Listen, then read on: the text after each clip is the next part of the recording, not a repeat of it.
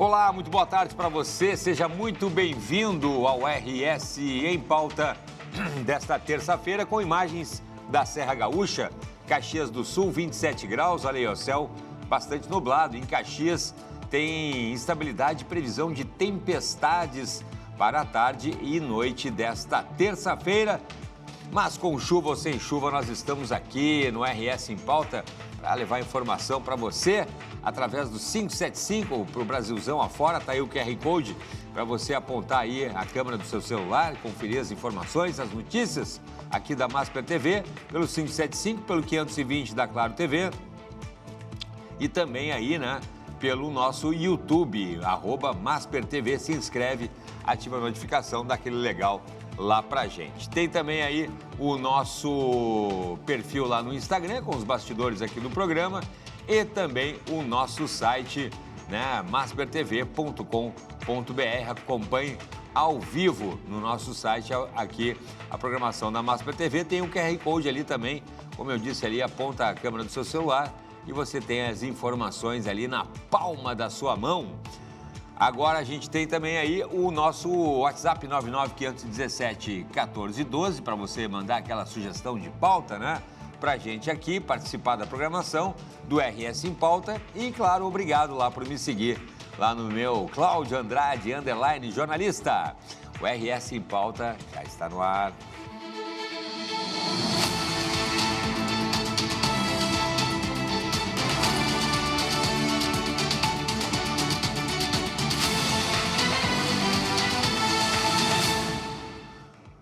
Muito bem, vamos adiante então, acerta o relógio comigo, agora 12h, 2 minutos, e a gente começa a temperatura aqui na capital, atualizando aí, né? Chove agora, parou um pouquinho, tempo nublado, temperatura em Porto Alegre em 27 graus.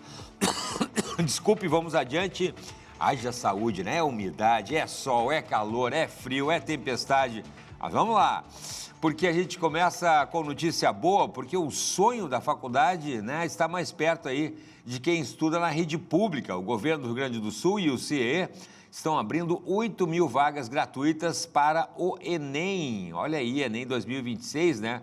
Curso preparatório gratuito abre 8.000 vagas aqui no Rio Grande do Sul. A gente tem aí as inscrições abertas para alunos e ex-alunos da rede pública. Para saber mais detalhes, vamos falar com o Lucas Balticeroto, que já está aqui com a gente. Lucas, boa tarde, seja muito bem-vindo.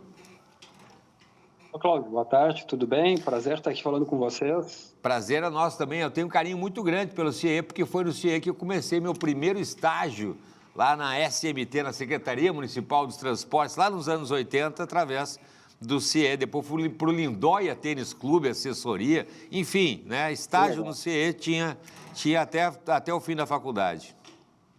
Que bom, Cláudio. Então, eu e você somos parte dos 3 milhões de gaúchos que já passaram pelo CIE para iniciar sua caminhada profissional.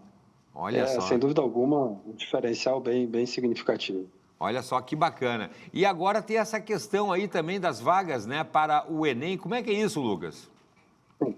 Esse é um projeto que vem sendo desenvolvido com o governo do estado já há 3 anos, é a 3ª edição do Universitário do Amanhã, que justamente procura dar as condições de igualdade para aquele jovem oriundo da escola pública, né? Tem preferencialmente os inscritos famílias no Cade Único, mas não é exclusivo. Exclusivo sim para alunos da rede pública e ex-alunos, para que eles tenham também um curso de altíssima qualidade, que tem todo o material, tem todo o conteúdo, as aulas programáticas, tem simulados, tem testes vocacionais, para que esse aluno tenha a possibilidade de estar tão bem preparado para disputar uma vaga via Enem nas melhores universidades gaúchas, como aquele jovem que tem uma condição econômica um pouco melhor e que, consequentemente, tenha vindo de escolas particulares. Perfeito. E, Lucas, existe uma idade limite aí para quem já concluiu o ensino médio, né, mas ainda está sonhando aí com uma universidade? Não, acho que o sonho não tem idade, né? Ah, boa. Não tem idade. E esse ano aqui tem uma novidade, até o ano passado, as vagas estavam destinadas apenas a jovens do 3º ano e os que já teriam concluído, né, o ensino médio para disputar uma vaga no Enem.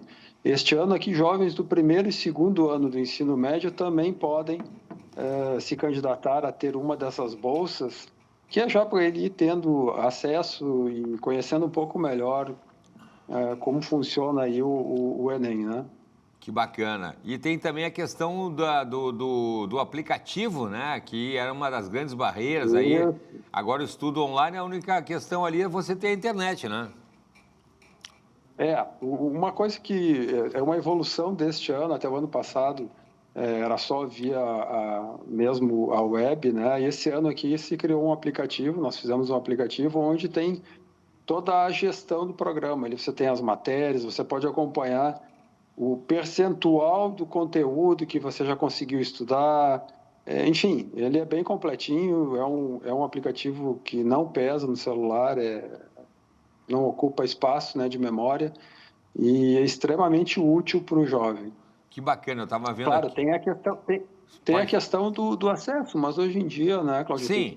Tem muita facilidade. Sim, não, e o baixo consumo, realmente, baixo consumo de dados aí, né? Então, isso também é importante, ajuda bastante a não ocupar espaço no celular, né, Lucas?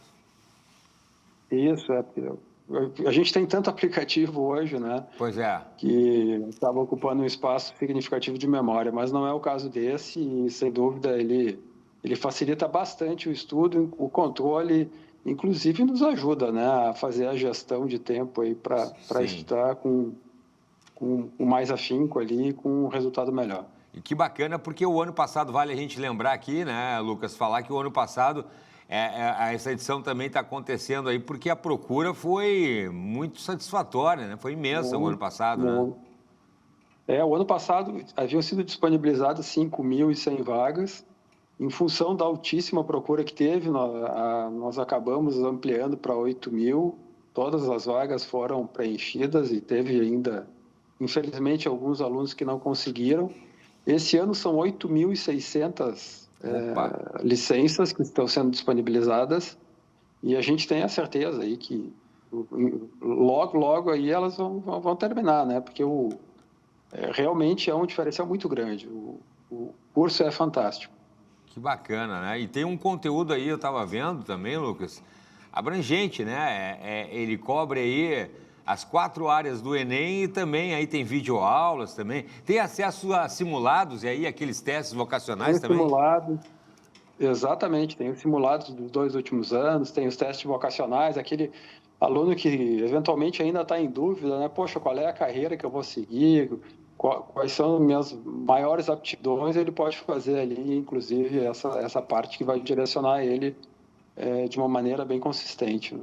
Que bacana, que bacana. E a questão da flexibilidade do estudo também, né? Tem jovens que já estão trabalhando aí, estudando ao mesmo tempo, então ele pode acessar ali, eu acredito que 24 horas a plataforma. Qualquer hora, quer dizer, não tem mais desculpa, né? O que a gente fez e imaginou quando disponibilizou esse tipo de... Primeiro era ser democrático na questão do acesso para todos, não restringir isso a regiões geográficas, porque quando a gente fala em cursos presenciais, invariavelmente você vai ter que escolher alguns centros maiores e vai acabar não disponibilizando isso para o contingente maior de alunos. Então, nessa ideia já foi feito de forma digital e a possibilidade de ele também acessar qualquer horário do dia, como você bem colocou, Claudio, 24 horas. Agora, uma dica que a gente tem, é necessário, durante 6 meses, para que você consiga vencer todo o conteúdo que tem ali, que realmente abrange todas as áreas para o Enem, você tem que estudar umas 2 horas por dia, viu? Opa, quantas horas? 2, pelo menos 2 horas por dia durante 6 meses. Pelo menos 2 horas tem que ter o esforço do próprio aluno também, né? Isso aí, sem dúvida. E a questão também Mas do... Aí... Fala, por favor, Lucas. Mas aí a gente garante que, olha, dificilmente não vai conseguir uma vaga na universidade que deseja, no curso que deseja. Pois então, isso é o que importa, né? E o programa, ele oferece suportes também, né? A monitoria para quem tirar as dúvidas para fazer o próprio Enem, muita gente se perde, né? O edital da prova ali, os prazos. Isso. Nós temos Devemos botar aí supervisores, né, coordenadores que vão dar todo o suporte para eventuais dúvidas que os alunos tenham de como acessar o aplicativo, de onde é que estão determinados conteúdos, como é que eles manuseiam da melhor forma possível esse aplicativo. Maravilha. Lucas, para a gente concluir, inscrições na prática então, né? Onde é que é, até quando o estudante pode fazer a inscrição, os documentos, como é que funciona? As inscrições estão abertas, é muito simples, é só acessar o site ali universitariodoamanhã.org.br. Tem todas as orientações, mas é muito fácil, muito básico, é nome, CPF, algumas questões relativas à escola, mas é bem fácil, né? E as vagas, as inscrições permanecem abertas até que todas as licenças sejam consumidas. Então, iniciou agora essa semana, mas a previsibilidade aí é de que vá até junho, no máximo, porque até lá, provavelmente, todas as vagas estejam ocupadas. Maravilha, né? universitariodoamanhã.org.br. Não perca essa oportunidade, essa parceria do CIE com o governo do estado, né? Maravilha aí que quem vai ingressar na universidade, né, acaba ganhando essa oportunidade muito bacana. Parabéns aí pela parceria e a gente vai seguir acompanhando aqui, tá bom, Lucas? Obrigado, muito obrigado pela oportunidade, Cláudio. Um grande abraço. Valeu, grande abraço aí, abraço para toda a equipe. Tá aí então, né, gente? Que bacana começar o programa com notícia boa, gente. Tá aí, ó. Se inscreve lá, então, universitariodoamanhã, né, .org.br, e não deixe essa oportunidade passar do CIE com aí o curso, né, para o vestibular, para o Enem. Vamos adiante, agora 12h, 12 minutos, e a gente segue agora conferindo as manchetes dos jornais desta terça-feira, começando com o Jornal do Comércio, 92 anos, em circulação ininterrupta do JC, que tem a manchete principal desta terça-feira sobre a defesa do projeto da CMPC, né, que está mobilizando lideranças gaúchas, aí o impasse sobre a construção da fábrica de 27 bilhões de reais em Barra do Ribeiro, né, tensiona aí o cenário econômico do estado. Tem que sair esse investimento, gente, tem que sair. Um promotor, né, pegou e botou um empecilho, dizendo que precisa fazer mais uma consulta para os indígenas já deram um aval, a FUNAI já deu o aval, e aí esse procurador aí emperrou o deputado estadual Felipe Camozato do Novo, já veio aqui para falar sobre isso. Tem que sair, são 27 bilhões de reais em Barra do Ribeiro, ali, né, de investimento, geração de emprego, geração de renda, né, tributos para o estado, enfim. Também falando sobre as obras de recuperação de trecho da BR-470 que causam um gargalo logístico, isso na Serra Gaúcha, e é verdade mesmo, né? Tem que acelerar essas obras aí de recuperação. Boa manchete do JC de hoje. E falando ali também sobre a indústria, a cooperativa investe para quadruplicar aí o processamento de arroz no Rio Grande do Sul. Falando também sobre o ciclone que deve atingir parte do estado nessa terça-feira, que eu falei para vocês ali. O tempo está fechado agora. 27 graus a temperatura em Porto Alegre, acho que já subiu, mas tem previsão de temporais e tempestades para essa terça-feira. Também falando sobre o Planalto, que amplia aí o subsídio do diesel, né, gás, e também zera tributos do querosene para tentar baixar aí o preço, né, dos combustíveis. Pô, é mais do que esperado, né? Zerar tributos do querosene, nem eu sabia que o querosene também é tributado, meu Deus do céu.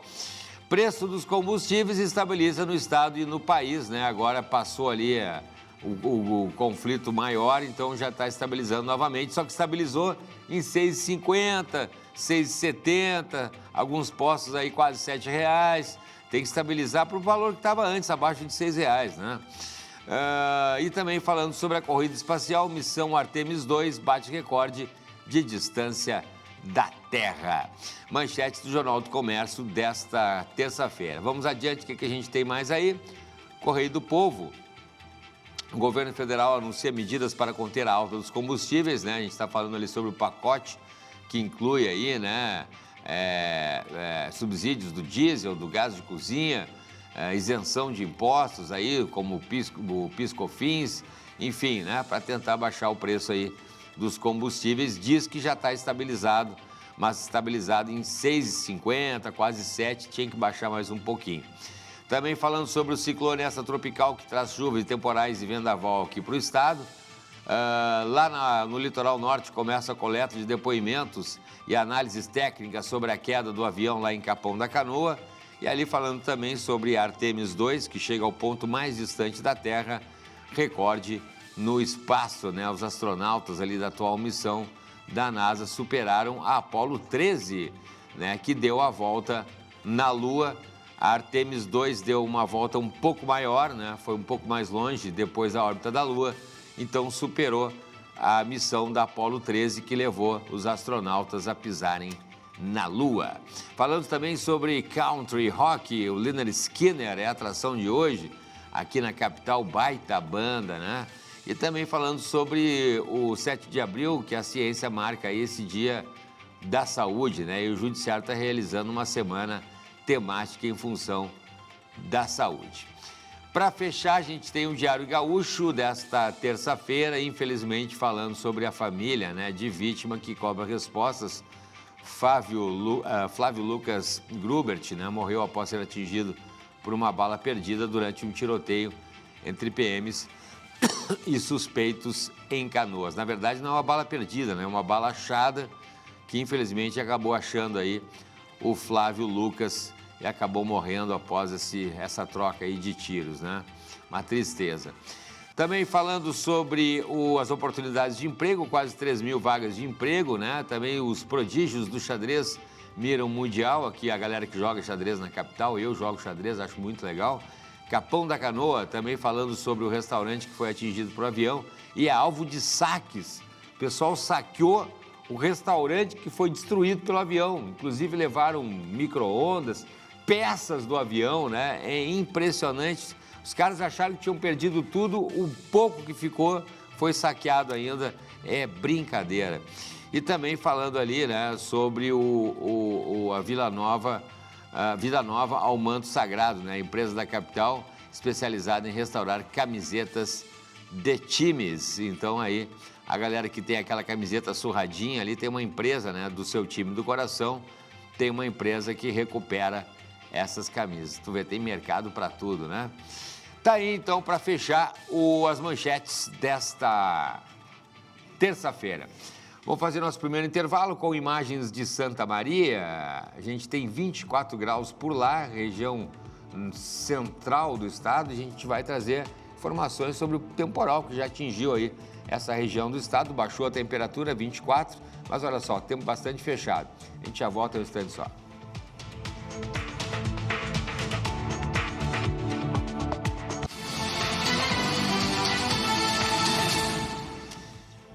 Estamos de volta com RS em Pauta nesta terça-feira, agora meio-dia, 22 minutos, temperatura em Porto Alegre, 29 graus agora, temperatura atualizando aí na capital, tempo fechado e tem previsão de temporais e tempestades para essa tarde de terça-feira. A gente já mostrou lá em Santa Maria ao vivo, né, imagens do centro do estado, onde a instabilidade já chegou.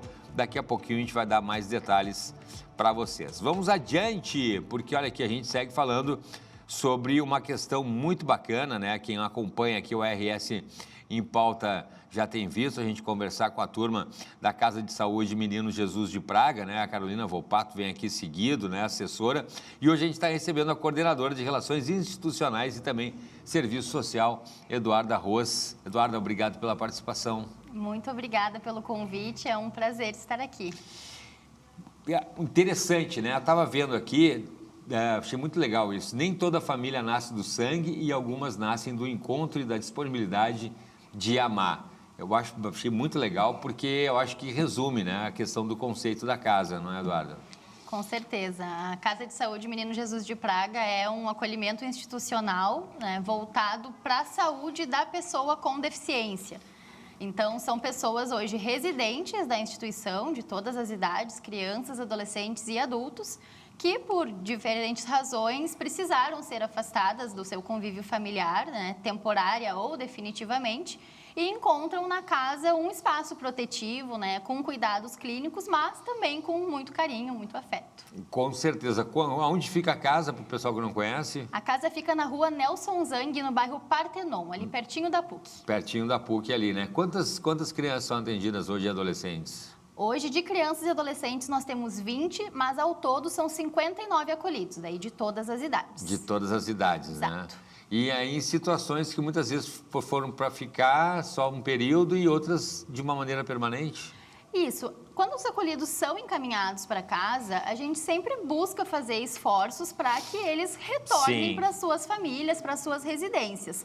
Mas é uma realidade que nem sempre isso é possível. Então, eles têm essa estadia, né, esse tempo de acolhimento de forma indeterminada. Eles podem ficar na casa por quanto tempo for necessário. Não, pelo menos isso, né? Porque a gente fala muito aqui da questão do carinho, né? Tem um programa, a gente vai falar sobre o programa, né? Que é dar um rosto amigo e uma mão estendida para quem vive o acolhimento institucional aqui na capital. Que programa é esse daí, Eduardo? Isso mesmo. O programa de apadrinhamento afetivo é uma iniciativa da Casa de Saúde Menino Jesus de Praga, incentivada pelo Ministério Público e em parceria com a ELO, que é uma consultoria de apoio à adoção e ao apadrinhamento. Então, a ideia do apadrinhamento é contemplar esses acolhidos que, por algum motivo, né, não têm esse vínculo familiar fortalecido, ou seja, eles hoje não recebem visitas de pessoas externas da instituição.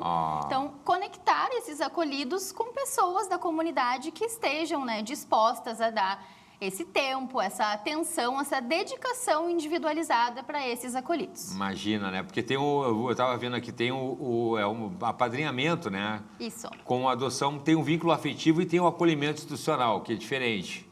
Sim, também é importante ressaltar que existem diferenças entre a adoção e o apadrinhamento afetivo. Ah, perfeito. Porque isso. a adoção, né, são pessoas que estão inscritas no Sistema Nacional de Adoção Perfeito. e que têm o desejo de levar aquela criança para ser parte da sua família, né? O apadrinhamento afetivo, ele tem um papel de uma figura, né, afetiva e emocional, de suporte, desse tipo de cuidado, de carinho mesmo, mas que aconteça dentro das dependências da instituição. Ah, entendi. Então, neste primeiro momento, a ideia é que esse vínculo seja construído e fortalecido com essas pessoas dentro da instituição, que haja, né, uma constituição dessa relação de forma segura. Normal, né? Claro, e natural. acompanhada pela equipe também, né?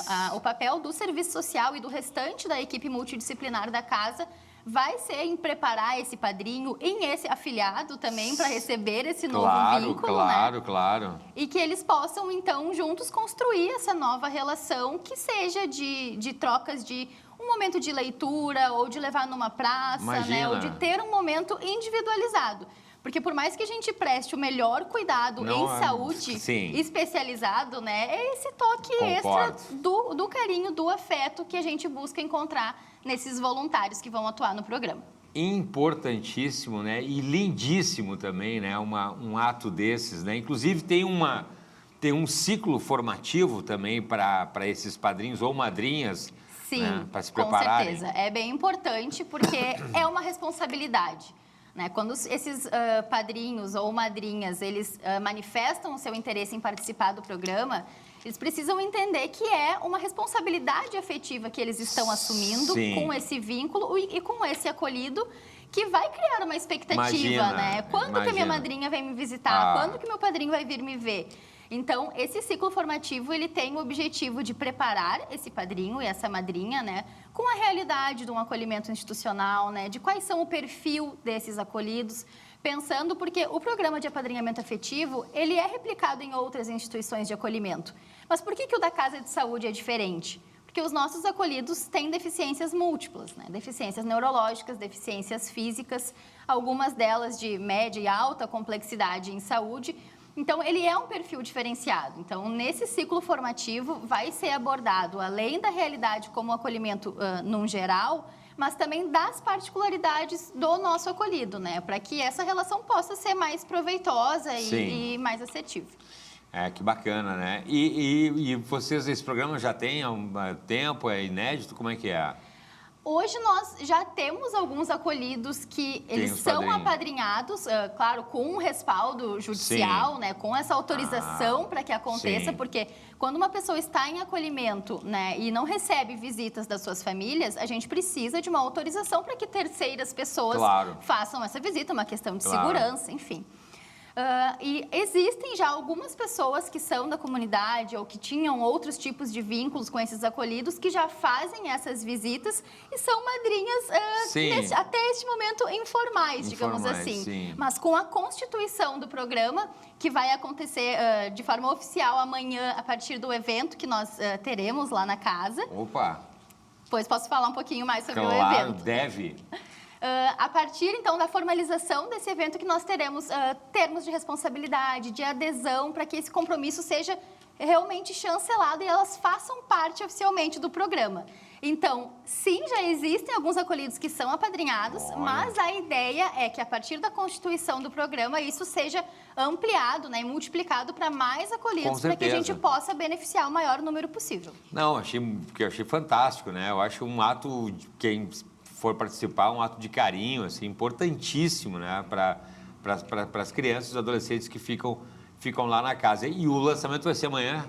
Sim, amanhã, dia 8/4, né, quarta-feira, nós teremos na Casa de Saúde Menino Jesus de Praga, nesse endereço lá do Partenon que eu comentei, na rua Nelson Zang, 420, um evento que vai contar com a minha participação, mas também da Elo, o Peterson, que é o organizador da Elo, que é a assessoria que está nos dando esse apoio na estruturação, e também da doutora Sinara Braga, que é promotora de Justiça da Infância e da Juventude do Ministério Público, para contar sobre esse respaldo que o MP está proporcionando, né, e o incentivo de que é uma iniciativa legal em todos os sentidos, né, também respaldada juridicamente e incentivada por esses órgãos. E como é que, falando nisso, eu vou pegar já o gancho do, como se diz, né, a questão de como é mantida a casa daí, Eduarda?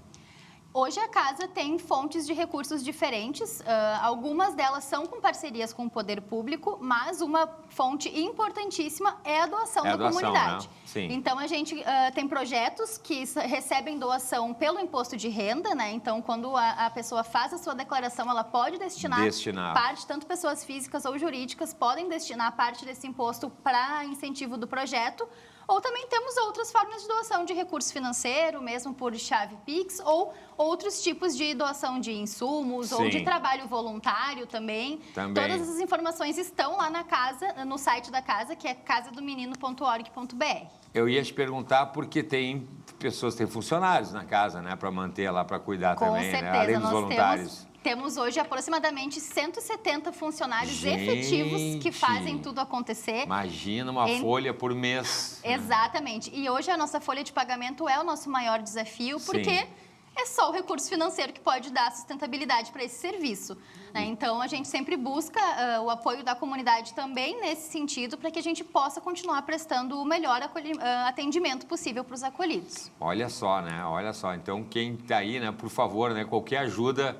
Com certeza. Faz a diferença, né? Se for uma ajuda pequena, mas contínua, também melhor ainda para a rotina da casa. E somada com os demais, com certeza traz um grande impacto, né? A gente tem que pensar que qualquer contribuição faz a diferença.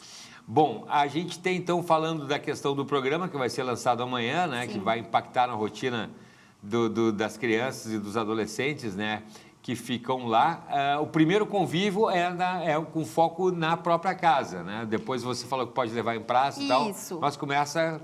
Então, né, o objetivo é que a gente construa esse vínculo primeiro na instituição. Então, vai acontecer nas dependências da casa. A casa é muito grande, para quem não conhece, a gente tem um espaço fantástico, assim, com muitas salas que podem ser utilizadas para esses momentos. A gente tem uma praça inclusiva dentro da instituição, né, que tem brinquedos adaptados para cadeiras de rodas, enfim. Então, são dependências da casa que vão estar dispostas para que os acolhidos possam usufruir junto com os seus padrinhos. Mas, ao longo da construção desse vínculo, né, que a gente já viu que existe uma consolidação dessa relação, a gente pode, sob avaliação da equipe técnica, claro, pensando e respaldando as questões de saúde deles, que haja um passeio no shopping, um passeio numa praça, né? Por que não levar esse acolhido para vivenciar coisas para fora da instituição. Com certeza é super válido. Imagina que bacana para essa galera que está lá, né? Critérios de seleção, Eduarda, tem algum aí, né? Questão, além de passar pelas oficinas, tem restrição de idade, tem qual perfil, né? Claro, bem importante. A gente tem a exigência que seja uma pessoa maior de 18 anos, né? E que não esteja cadastrada no Cadastro Nacional de Adoção. Então, por ser coisas diferentes, como eu comentei antes, né? A adoção é uma coisa, o apadrinhamento é outra. Entendi. Se eu estou me colocando à disposição para ser uma madrinha afetiva, eu não posso ter a intenção de adotar aquele acolhido. Senão fica bem na casada ali. Exatamente. Então, a ideia é realmente que haja essa construção afetiva e essa disponibilização de tempo para o acolhido, mas com a intenção de manter este sistema de apadrinhamento, né? Então, os nossos critérios hoje são ser maior de 18 anos e não estar no Sistema Nacional de Adoção. Aí, claro, depois dessa manifestação de interesse, nós teremos essas oficinas que serão obrigatórias pelo treinamento e capacitação dos candidatos. É muito importante também, né, a gente falar, Eduarda, que essa relação é uma relação de continuidade, né? Se ter essa responsabilidade, né? Esse vínculo não deve ser cortado depois, imagina, por motivos óbvios, né? A gente, desde da família até laços de amizade, né? Ninguém gosta de perder quem curte, quem é amigo, quem é parente, então, da mesma maneira, vai ser criado um vínculo que é para ter continuidade, não vai brincar lá de... É claro, né? E é por isso que a gente busca fazer essas oficinas, para que as pessoas entendam o nível de comprometimento que elas precisam estar dispostas. É claro que a gente entende a realidade de cada um, alguém vai ter a disponibilidade de ir 2 vezes na semana, outro semanal, outro quinzenal, e tá tudo bem. Okay. Mas desde que haja esse compromisso com uma forma sistemática de encontros. Por causa do vínculo. Por causa do vínculo. Então, esse acolhido precisa reconhecer esse padrinho ou essa madrinha, né? Então, ter uma construção mais próxima com a personalidade desse padrinho, dessa madrinha, e também que o padrinho possa conhecer as particularidades do acolhido, né? O que gosta, o que não gosta, quais são as preferências, e enxergue ele como um indivíduo que precisa dessa atenção individualizada, né? Personalizada para ele. Muito lindo mesmo. Nesse primeiro momento, eu estava vendo aqui, são 29 acolhidos que nessa fase inicial que vão ser contemplados? Exato. A gente tem hoje dos 59 acolhidos da casa, aproximadamente 29 a 30 acolhidos vão estar elegíveis para o programa nesse primeiro momento. Pensando que alguns deles já, felizmente, têm as suas visitas familiares ou, enfim, já estão, né, em condições clínicas que não permitem que esses encontros aconteçam fora da instituição, a casa fez uma seleção contemplando essas demandas de saúde deles e chegamos a um número de aproximadamente 29 a 30 acolhidos que estão elegíveis a participar do programa. E entre esses 29 estão crianças, adolescentes e também adultos. Acho que é importante reforçar, porque a casa tem esse perfil mais amplo que outros abrigos, outros acolhimentos institucionais que encerram o serviço depois dos 18 anos, né? A casa tem uma continuidade por quanto tempo for necessário, por isso até que a gente fala do cuidado para toda a vida, que é justamente a intenção de manter uma instituição de longa permanência. De longa permanência, é verdade. Isso aí. Para quem tiver dúvidas, bom, tem a Casa Talks, então, amanhã. Sim, Talks. Eu acho que bem lembrado também de falar sobre a Casa Talks, que as inscrições, elas são gratuitas, ela é um evento aberto ao público e os ingressos estão disponíveis na Simpla. Então, é só fazer a reserva do ingresso para a gente organizar a mesma quantidade de participantes, mas a inscrição é gratuita. Tirar dúvidas, falar com especialistas, né? O objetivo vai ser uma roda de conversa, para a gente apresentar qual vai ser a proposta do programa, como vão se dar os próximos passos e deixar um momento aberto para que a comunidade tire dúvidas e esclareça seus questionamentos. Muito bem. O site, vamos repetir de novo ali, a rede social também da casa? O site da casa é casadomenino.org.br. Nós também estamos no Instagram com @Casa de Saúde Menino Jesus de Praga. E os ingressos para o evento Casa Talks, que vai acontecer amanhã, estão disponíveis na Simpla. Está ali na tela, ali, né? O arroba ali da casa para as inscrições também e qualquer informação, né? Legal. Muito legal, Eduarda Ros, que é coordenadora de Relações Institucionais e Serviço Social da casa. Muito bacana. Olha, a Carol Volpato é boa de papo também. Agora, mas a Eduarda também, olha, sabe, impressionante. As gurias têm a manha da entrevista. Marketing, que bacana, porque é uma causa muito bonita, achei muito legal. Tomara, né? Se Deus quiser, a gente vai ter aí inscritos e vão ter os padrinhos, as madrinhas, né? Para ter esse vínculo afetivo com quem precisa, né? Essas crianças, adolescentes especiais lá. E tomara que siga, né? Para que cada um tenha lá a sua... Quem não tem, né, o seu padrinho ou a sua madrinha. Muito bacana mesmo. Com certeza, estão todos muito convidados, né? Conheçam o serviço da também a casa, né? conheçam a instituição. A gente vai ter, depois da palestra, um momento para que as pessoas conheçam a estrutura da instituição. Sim. Então, também é uma oportunidade de conhecer o nosso serviço. E sim, eu agradeço novamente a oportunidade de estar aqui, de dar visibilidade para que outras pessoas conheçam esse serviço. E a gente fala assim, eu e Carol, minha querida colega, com muito carinho, porque a gente acredita no trabalho que é feito lá. É verdade, é verdade. Merece mesmo todo o carinho da comunidade também aí, pessoal. Por favor, né? Procure. Parabéns pelo trabalho, obrigado pela participação e vamos seguir acompanhando, tá bom? Seguimos. Valeu mesmo para toda a equipe lá, né? Que tem uma galera trabalhando lá na casa, né? Pode deixar. Valeu mesmo. 12h, 40 minutos, que bacana. Vamos para o intervalo e vamos para o intervalo com imagens da Serra Gaúcha, porque olha lá, já está fechado também. Lá em Gramado ainda está abafado, né? 27 graus, quer dizer que é sinal de temporal e de tempestade chegando aqui para o estado ainda nessa tarde e início da noite de terça-feira. A gente já volta em um instante só.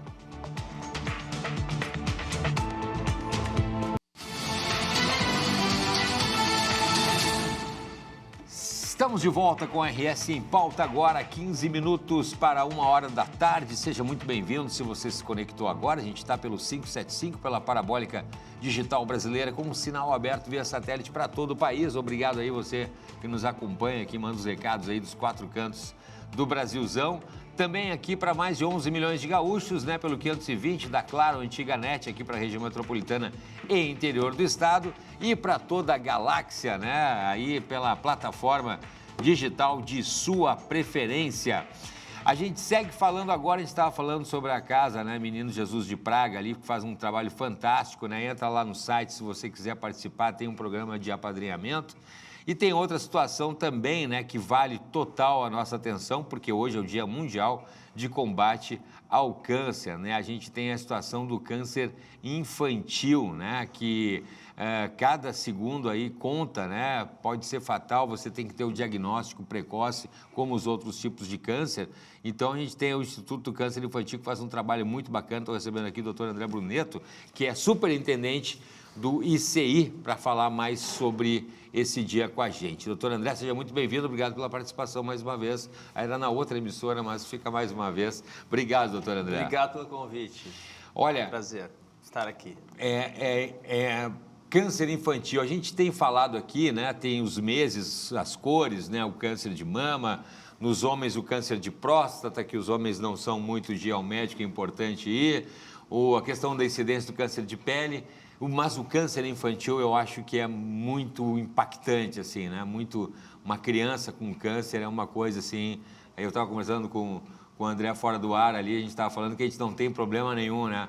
Tem um desenhozinho que eu vi uma menina no espelho desenhando o cabelinho dela, porque estava fazendo o tratamento ali carequinha, né? Então vale a nossa atenção total esse trabalho, principalmente do Instituto, né, André? O câncer infantil ele é um pouco diferente, né, do câncer de adulto. Quando a gente fala em prevenção, né, a gente tem as campanhas, né, sim, os conhecidas, meses, os meses e tal. Tem alguns exames preventivos que a gente faz para adulto, mas para criança não tem um exame preventivo. A gente tem que estar atento aos sinais, né? E o tempo ele conta, não só para adulto, mas para criança também. A gente sabe já que a maioria dos tumores, quanto mais cedo a gente diagnosticar, muito maior a chance de cura. E no câncer infantil não é diferente. A boa notícia é que o câncer infantil ele é curável. Sim. Ele é curável. A gente sabe que nos países aí super desenvolvidos, as chances de cura são de 70% a 80%. Opa! Né? Então, a chance de uma criança sair bem de um tratamento é alta. No Brasil, a gente tem algumas condições que não nos permitem ter este número, mas a nossa luta no Instituto Câncer Infantil é que para cada criança, quem sabe um dia 100%, mas cada criança no Brasil consiga ter pelo menos essa taxa de cura de uma maneira mais uniforme no país. Muito bem. E a gente tem a questão também dos tipos de câncer, André, para as crianças como adultos, assim como a gente tem vários tipos de câncer, ou tem algum tipo mais incidente? A gente diz crianças? que o tumor do adulto é um tumor do envelhecimento, né? Pois Da nossa exposição aos agentes carcinógenos da vida aí, né? Sim. Pode mencionar alguns, por exemplo, como o cigarro. Sim. Mas é uma série de fatores ambientais, alguns conhecidos, alguns desconhecidos, né? Alguma mistura também com uma predisposição genética. Mas na criança não, são os tumores do desenvolvimento. Então, se a gente pegar, por exemplo, mais frequentemente a gente vai ter no adulto ali pulmão, Sim. próstata, mama, pele, tubo digestivo, pele. Na criança a gente tem outros tipos de tumores, né? São as leucemias, principalmente os linfomas, os tumores do sistema nervoso central são bem frequentes, né? No adulto é bem mais baixa a incidência. Que interessante. Então eles são tumores diferentes, tratamentos diferentes e a necessidade de especialistas diferentes. E por isso que o Instituto hoje luta muito forte em nível nacional para políticas públicas específicas para oncologia pediátrica. Perfeito. E falando do Instituto, a gente tem a situação, por serem crianças, obviamente, que tem que ter o apoio à família também, né? Para acompanhar também os pequenos. Como é que é esse trabalho? Toda a rede também? de apoio, né? A gente concentra o tratamento em poucos hospitais, né? Isso é importante. Sim. Essa excelência, né? Sim. Adquirir excelência no tratamento é importante para os índices de cura do câncer infantil, particularmente. Então, Sim. a gente concentra em poucos hospitais. Isso faz com que as famílias tenham que viajar. Né? Pois é. Às vezes, muitas vezes, o pai e a mãe têm que abandonar seus empregos, enfim, tem outros filhos. Essa rede de apoio acaba que afeta todo mundo, né? Então, o Instituto atua principalmente também no apoio às famílias, além de apoiar a criança diretamente. Doutor André, é importante a gente falar sobre a questão, né, da cura, do tratamento, né, porque o diagnóstico é assustador. A gente fala nas outras campanhas, eu não vou fazer, tem gente que não gosta de fazer porque quem procura acha, né? Na verdade, né, a gente já sabe, os colegas já falam que quem procura acha e cura, né? E o diagnóstico precoce é fundamental, especificamente no caso de outras doenças também, mas no caso do câncer. Os sintomas, no caso das crianças, alguns são camuflados também. É importante daí os pais estarem atentos, né? Como alguma indisposição, uma febre que não baixa, né? Situações de anemia. O que a gente pode... É verdade isso. Assim, muitas vezes os sintomas podem se confundir com doenças comuns, né? Vamos dizer assim. Sim. Né? Eu dou exemplo, às vezes, de uma infecção cotidiana de garganta que eventualmente pode surgir um gânglio, uma íngua que no início aparece e depois vai embora, né? Quando é que isso chama atenção? Quando chama atenção, quando começa a crescer, fica persistente, não vai embora. Então, os sintomas, quando a gente diz que, quando sente que tem algo estranho, tem que procurar ajuda. Não dá para ficar esperando. Sim. E hoje o Instituto tem o 0800, ele está disponível, é de graça para toda a população, tanto de agentes de saúde quanto para as famílias, para ligar, tirar dúvida. A gente tem médico e enfermeiro de plantão para responder dúvidas, consegue agilizar consultas, antecipar exames. Olha só. Então, o papel do Instituto nesse contexto, e obviamente junto com a parceria com o município e com o Estado, Sim. de ter esse número à disposição, e a gente quer divulgar para que todo mundo tenha acesso.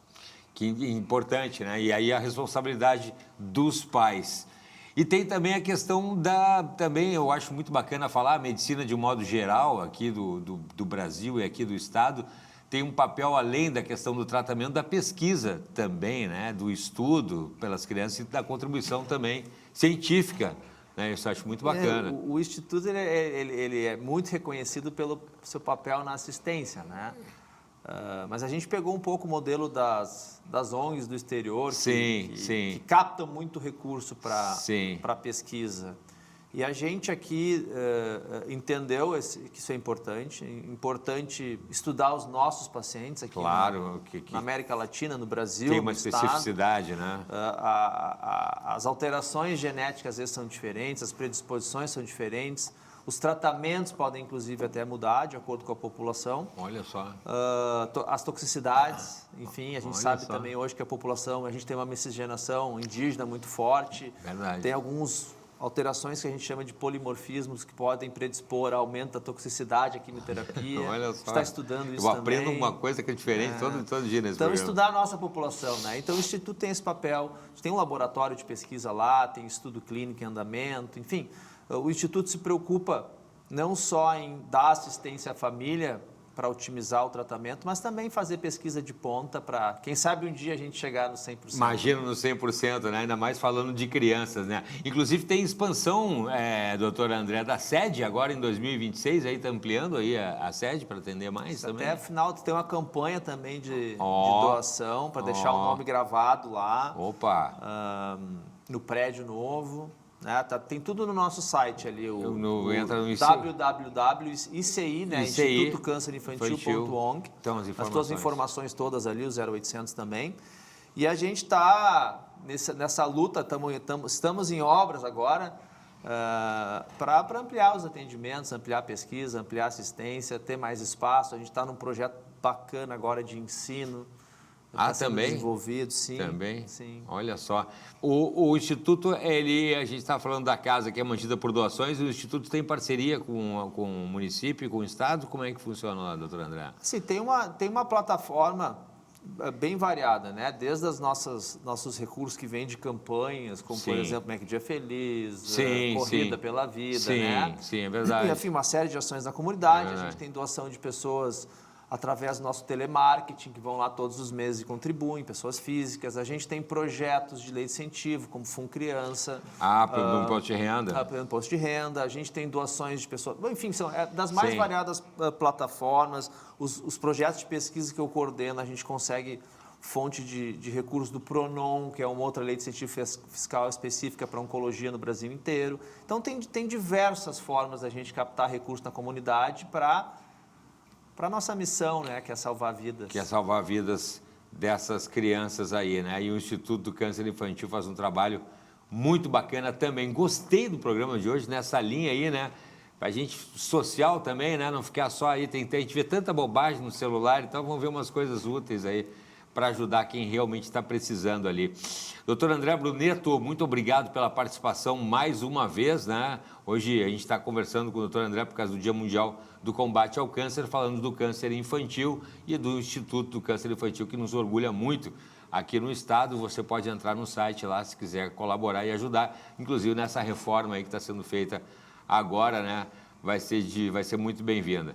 Doutor André, obrigado mais uma vez pela participação, sucesso. Parabéns para toda a equipe lá, que eu sei que é uma turma grande lá no Instituto também, né? O ICI agradece o espaço. Que maravilha. A gente não faz nada sozinho, precisa do apoio de todos. Valeu. Obrigado, doutor André. Agora, 12h56, a gente segue com o intervalo, é isso? Em seguidinha com imagens de Porto Alegre, olha aí, Aeroporto Internacional Salgado Filho, 29 graus na capital, céu nublado, tem temporal chegando por aí no fim da tarde. Em seguidinha tem os detalhes, a gente já volta no instante só.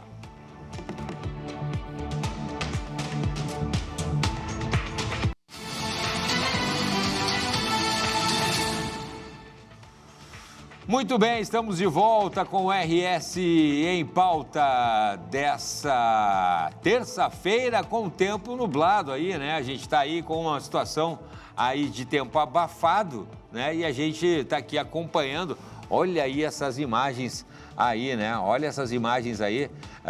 Agora a gente está vendo aí, né? A questão lá de Santa Maria, é isso? Do temporal que atingiu Santa Maria. Daqui a pouquinho a gente vai atualizar para vocês aí essa instabilidade que já está aqui no estado. A gente vai trazer atualizações. Vamos adiante porque 1h02 e a gente segue falando sobre a Polícia Federal em conjunto com a Receita Federal, que deflagrou hoje a Operação Três Corpos. O alvo é uma rede de academias na fronteira do estado suspeita de equipar suas unidades com aparelhos de musculação importados ilegalmente. Olha só aonde que os caras vão, né? Foram cumpridos mandados de busca em Bagé, Uruguaiana, Quaraí e, ao todo, os agentes identificaram cerca de 300 aparelhos de alto padrão e centenas de acessórios estrangeiros sem nota fiscal. Além do contrabando, a investigação aponta um esquema pesado de lavagem de dinheiro. Análises financeiras revelaram movimentações suspeitas que superam os 10 milhões de reais, com depósitos e saques em dinheiro vivo que não batem com o faturamento declarado. Os equipamentos foram apreendidos oficialmente, mas permanecem nas academias sob responsabilidade do proprietário até que a Receita Federal finalize a atuação. Os envolvidos aí podem responder por descaminho, lavagem de dinheiro e também evasão de divisas. Tá aí, né? Que situação, né? Até academia os caras pegam equipamentos ilegais trazidos, né, de uma maneira, importados de uma maneira ilegal, sem pagar impostos. Vamos adiante, agora 1h04, a gente vai falar sobre a chuva agora, né, o volume de chuva. Olha ali o que é essa imagem, né, o volume de chuva, inclusive em Santa Maria, impressiona, né. De acordo com o CEMADEM, a estação no bairro Presidente João Goulart registrou mais de 57 milímetros de chuva em apenas 4 horas. No acumulado de 24 horas, o índice já passa dos 91 milímetros e as rajadas de vento chegaram a 50 quilômetros por hora. São 2.612 raios nas últimas 24 horas. Até agora, a Defesa Civil já atendeu aí 25 ocorrências, pelo menos 6 casas foram destelhadas e uma família de 3 pessoas no bairro Nova Santa Marta precisou deixar o imóvel e está desalojada na casa de parentes. Ao todo, 12 bairros registraram problemas graves, entre eles o Tancredo Neves e também o Passo da Areia, isso lá em Santa Maria. Na educação, o impacto suspendeu as aulas. Das 86 escolas municipais, 5 tiveram danos estruturais e as escolas Chácara das Flores e a EMEI, Fiore Druck, suspenderam aí também, né, a Escola Municipal de Educação Infantil e da Fiore Druck suspenderam as atividades nessa manhã para limpeza e para organização. A gente está vendo imagens aí, ó, que temporal, hein? Está vindo aqui para a capital. A Prefeitura de Santa Maria está orientando que os moradores com imóveis danificados façam um registro online no site do município ou procurem a Secretaria de Resiliência Climática na Rua Venan Soares. As equipes seguem alertas, já que novas atualizações sobre o clima devem ser emitidas também ao longo do dia. Para hoje, Santa Maria, impressionantes imagens, hein? A chuva, vamos ver imagens agora ao vivo de Santa Maria, olha aí, ó, a chuva persiste hoje para aquela região, com acumulados ainda significativos e risco de novos temporais devido a essa forte instabilidade. Já amanhã, o tempo começa a apresentar uma leve melhoria gradual, mas o céu segue nublado, com pancadas isoladas de chuva, né? Agora a gente vai conferir aí, então, imagens de satélite, neste momento aqui no Rio Grande do Sul, vamos colocar aqui no meu telão. Olha aí, ó, bastante nebulosidade atravessando o estado, vindas ali da Argentina, né, Paraguai e também ali pegando parte do Uruguai, do oeste para o leste, vindo ali então do continente para o oceano, essa massa de instabilidade. A gente tem aí então, né, essa força dessa instabilidade ganhando força a partir da tarde de hoje, principalmente na metade centro-oeste e sul do Rio Grande do Sul. E essa configuração está indicando aí a persistência de chuvas volumosas e risco de temporais isolados ao longo da tarde dessa terça-feira, reforçando aí o estado de alerta devido ao solo muito encharcado. E o sistema de baixa pressão continua favorecendo a formação de áreas de instabilidade, exigindo atenção redobrada aí para a população e também para as autoridades, né? Vamos conferir então a previsão para as próximas horas. Para hoje à tarde, a instabilidade se espalha por todo o Rio Grande do Sul, com chuvas fortes e também riscos temporais. Como eu falei, para Porto Alegre a máxima aí fica em torno de 21 graus, São Marcos 31, Severino de Almeida também 31, tempo abafado, né? Aí tem chuva, né? Já em Alegrete e Lavras do Sul, na fronteira, a gente tem uma temperatura mais agradável e aí uma nebulosidade com máximas que não passam dos 24 graus na tarde desta terça-feira. Já para amanhã, a gente tem aí a previsão amanhã, para essa quarta-feira, e a gente tem aí uma previsão também de chuva, né? Mas aos poucos a instabilidade vai se afastando do estado. A gente não tem aí a previsão dessa quarta-feira aí, a previsão de amanhã. Aí, Porto Alegre, olha, 24 graus, já cai bastante aí, né? Só nebulosidade. Temos imagens de Porto Alegre nesse momento aí, olha aí, ó. Olha aí, ó, Porto Alegre com céu bem nublado e carregado, hein? Tá chegando 27 graus, tá chegando instabilidade aqui para a capital, né? Fique atento aí, se você puder não sair no fim da tarde, até essa tarde, início da noite, melhor ainda, porque está muito carregado. Vamos voltar a continuar conferindo ali então, nessa quarta-feira, a previsão, como eu falei, a gente já tem ali o afastamento dessa nebulosidade, mas ainda, né, dessa instabilidade, mas ainda com nebulosidade, para a capital mínima de 18 e máxima que não passa dos 24. São José do Hortêncio, 19 de mínima, máxima que não passa dos 25.